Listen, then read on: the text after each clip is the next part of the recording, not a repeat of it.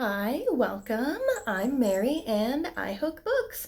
I crochet things inspired by the audiobooks that I'm listening to.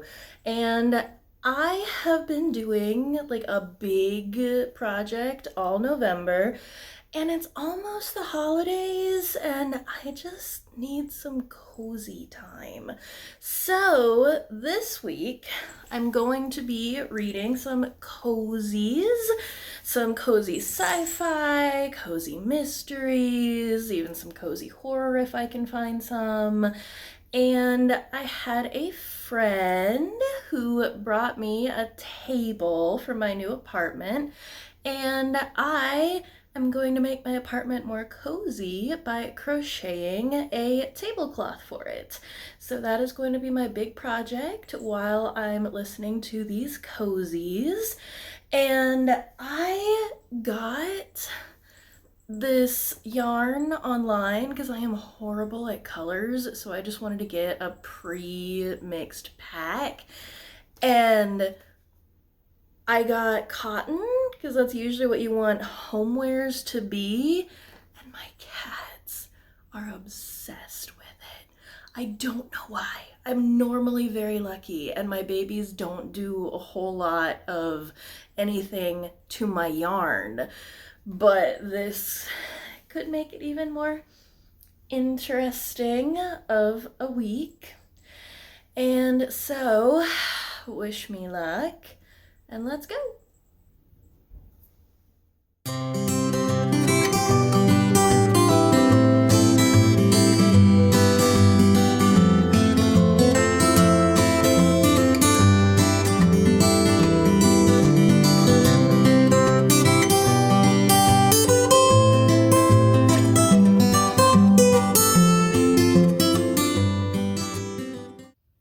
Two words: zombie Bigfoot. I loved this. I had so much fun. This was like watching a really good B movie. It was the cozy horror that I needed in my life. And I'd give you a synopsis, but I really think the title does say it all. Zombie Bigfoot.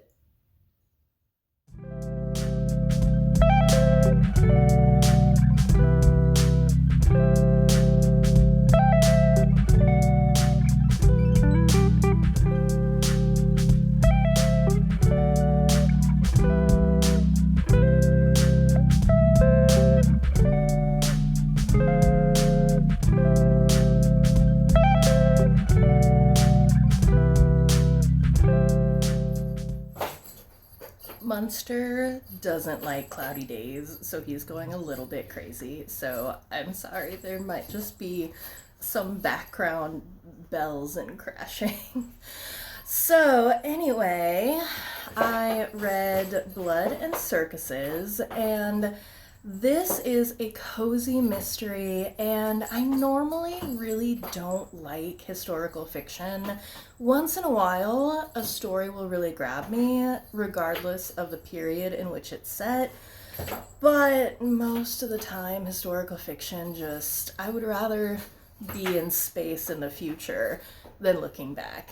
But Miss Phryne Fisher, Lady Detective, she's such a free spirit. I would say like a really great role model.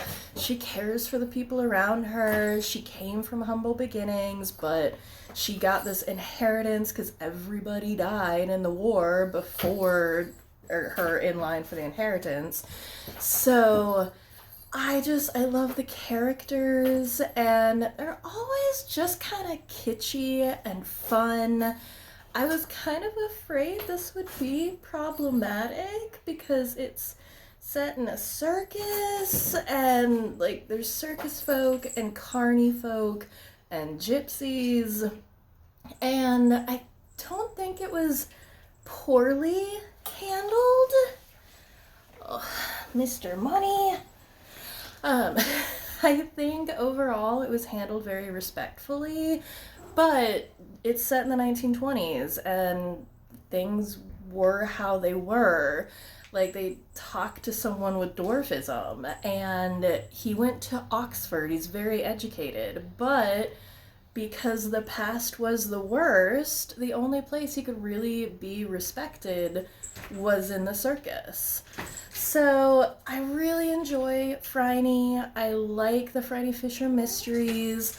I really enjoy it. There was kind of some mild polyamory, or just like Phryne's lovers not getting jealous, just thinking, this person makes my life better for being in it, and she makes this other person's life better for being in it, so let's just get together and make her life better.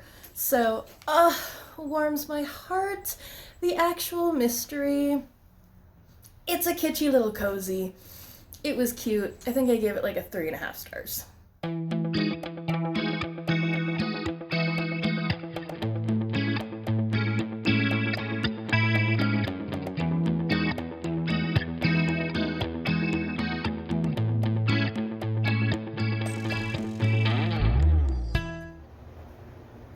So I'm realizing a lot of things I don't like. If you make it cozy, I'm all about it. I just finished the 8th book in the Coffee House Mysteries, and this is set in New York, and I hate New York. Almost. I don't know if I hate New York more than I hate LA. It's a tough, yeah, they're both awful, but this is set in New York, and I kind of love it. I love this series, and this was a particularly well-written episode in this series. Holiday Grind takes place obviously around the holidays, and it starts with, what does Christmas taste like? And talking about different food and drink traditions to cultures, but also to people. So it's so sweet and cozy. And you can tell that this author really does her homework. This, if you are a foodie, and especially if you are a coffee snob, these are great books. She really did her research, and there's a lot of books that I'm like, okay, you like put this in here and then just did nothing with it. You obviously didn't do any research. You just thought this would be a cool element. The coffee and the food in these books is so great. And in this one, they kill Santa. I mean, obviously not the real Santa. One of Santa's helpers that sits on the corner with the green bucket and the bell collecting for charity. So who would have done that? Who would have killed a charity Santa? And of course, Claire has to get involved. Unfortunately, she knew the victim and she discovered the body. So, she has to get involved. I loved the mystery. It was really well written in this one. Everything in the end, I was like, okay. Because a lot of cozies, like the end, you're just like, oh, okay, well, I couldn't have seen that coming if I wanted to, because, like, this person wasn't even talked about the entire time. But in this, it worked. I was like, oh, okay, it was a little bit of a stretch to the imagination, but I could see how it works. So I really enjoyed this. Again, just the cozy holiday read that I needed. You're getting in your carrier, getting ready to go to Thanksgiving, huh? Yeah.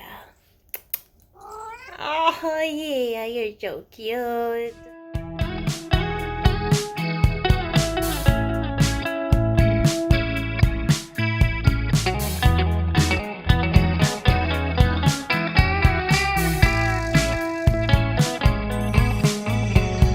Brand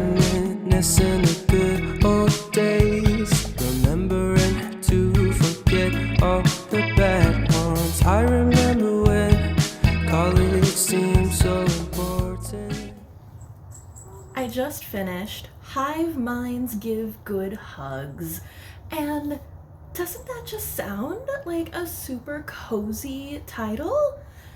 I really enjoyed this.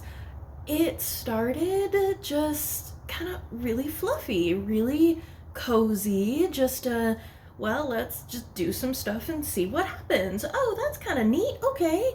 And it did something that you can do in a cozy that if you did it in a more serious book, it would get very heavy very quickly. And it snuck in some really great philosophical questions about utilitarianism and privacy and what it takes to make a better world and how can you. And then it had this just really sweet romance, and I really enjoyed that. So this was so great.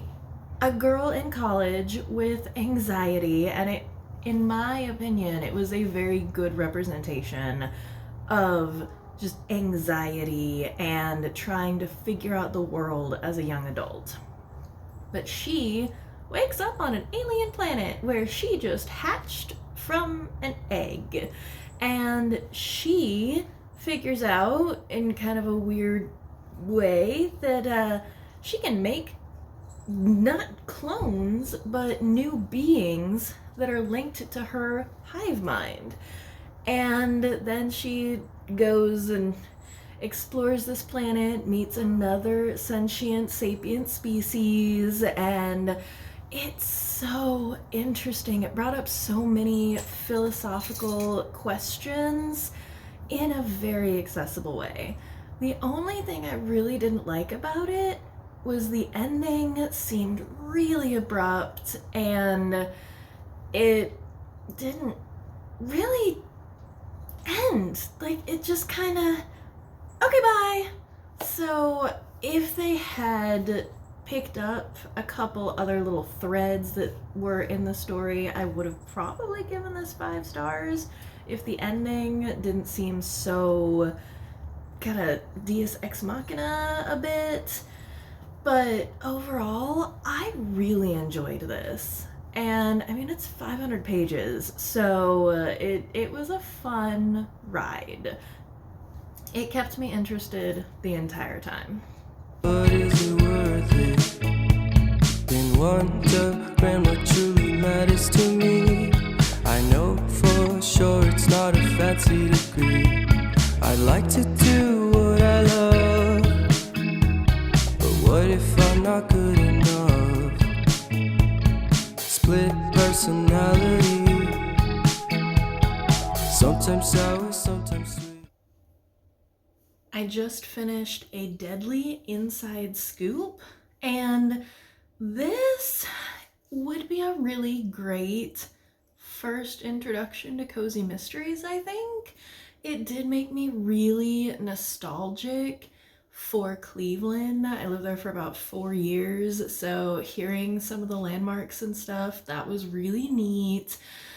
I like the foodie aspect. Pretty much almost all cozy mysteries have some kind of like food or coffee thing in them, which, like us foodies, we absolutely love that. And this is an ice cream shop, and the very first day she has no customers, so she's depressed. So she wants to go make ice cream out of snow like her grandma did, and she is opening an ice cream shop during a blizzard.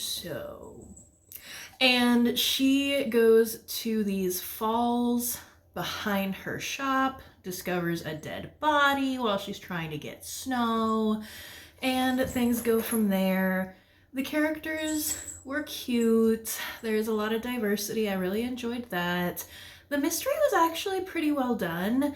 The writing style itself, that's what didn't really click with me a little bit, I think. So I can see why so many people do enjoy it, but I'm probably a connoisseur of cozy mysteries at this point. So it just like, it wasn't what I'm used to. It's not up to like the caliber that I usually read for cozy mysteries, which I know is silly because cozies are not literature. But it was really well done. I like, this is obviously going to be a series. They're setting up this love interest, which I think is super cute. Her friends are all fun. I love her pop. So overall, a Deadly Inside Scoop, enjoyable, but not my personal favorite. An M. Night Shyamalan story called Everything's Peachy. Can we just skip straight to the plot twist, please?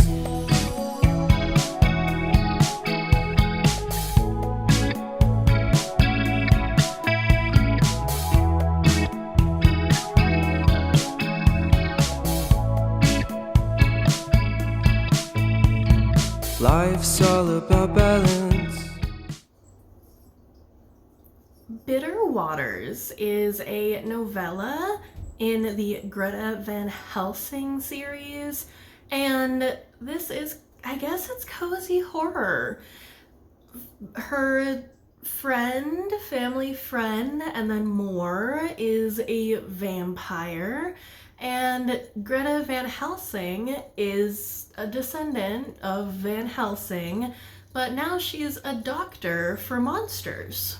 So this is a short novella at the end of the original trilogy. I don't know, it seems like there may be additional books, which would be really cool because it's a cute series.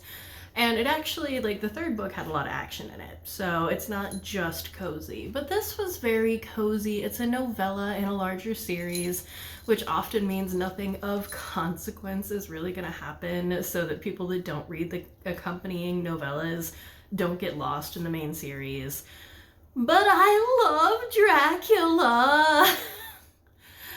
In the beginning, a creature brings a child to Varney and Greta, and they find out that this child has been turned into a vampire and abandoned.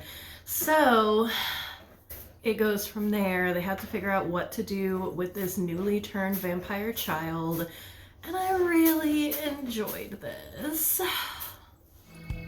And real love takes practice. We know accidents happen, but my love's on purpose. Reciprocate the feeling. Find peace beneath the surface. Everything's peachy. Everything's peachy. Split personality. Sometimes sour, sometimes sweet. An M. Night Shyamalan story called Everything's Peachy. Can we just skip straight to the plot twist, please?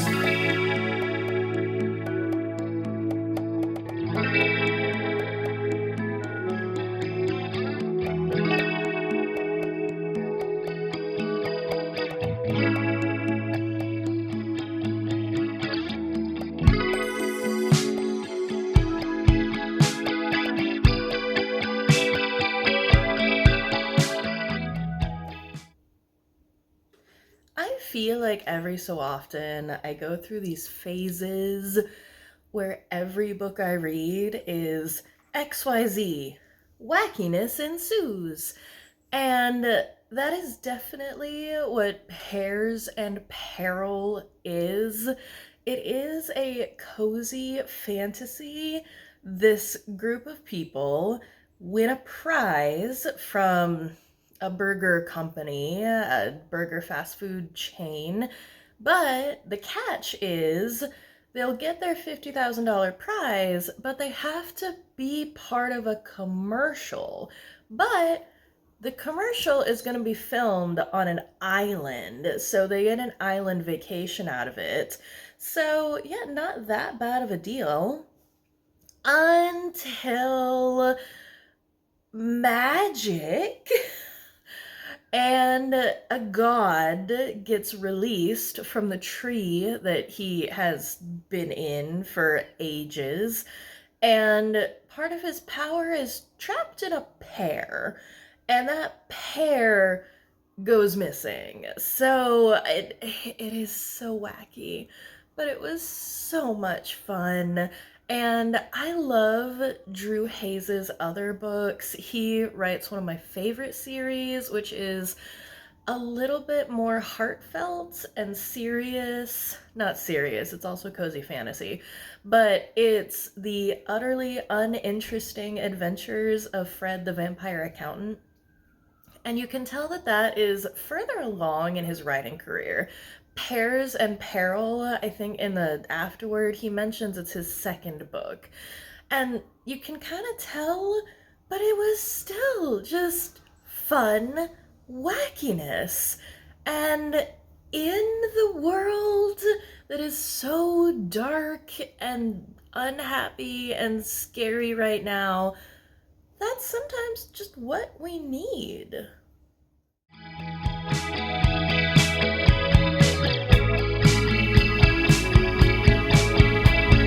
Split personality,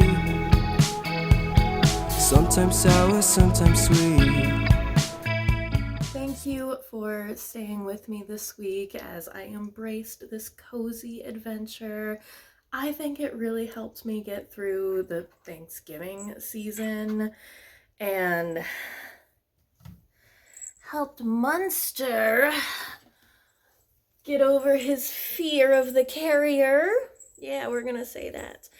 And I hope that you find something, whether it's a book, whether it's an old recipe, whether it's just taking care of yourself with a good meal or exercise, find something that feeds your heart this week. And remember, shoulders back, head up, and breathe. Personality, sometimes sour, sometimes sweet.